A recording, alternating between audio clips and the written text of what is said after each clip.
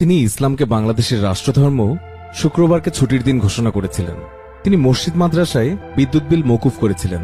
সেই তিনিই প্রথম টিভিতে আজান প্রচারের নিয়ম করেছিলেন। তিনি উপজেলা পদ্ধতি চালু এবং গুচ্ছ গ্রামের প্রবর্তন করেছিলেন।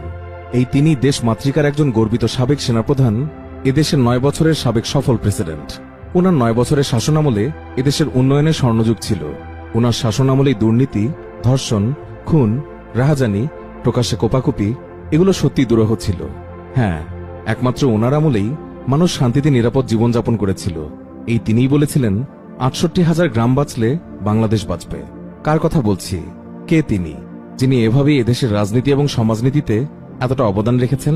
অবশ্যই বোঝার বাকি নেই কারো।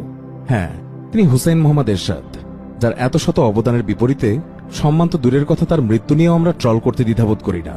কিন্তু যোগ্যতার দিক থেকে ট্রলকারী লোকগুলো এরশাদের একটা চুলের সমতুল্য হতে পারেনি।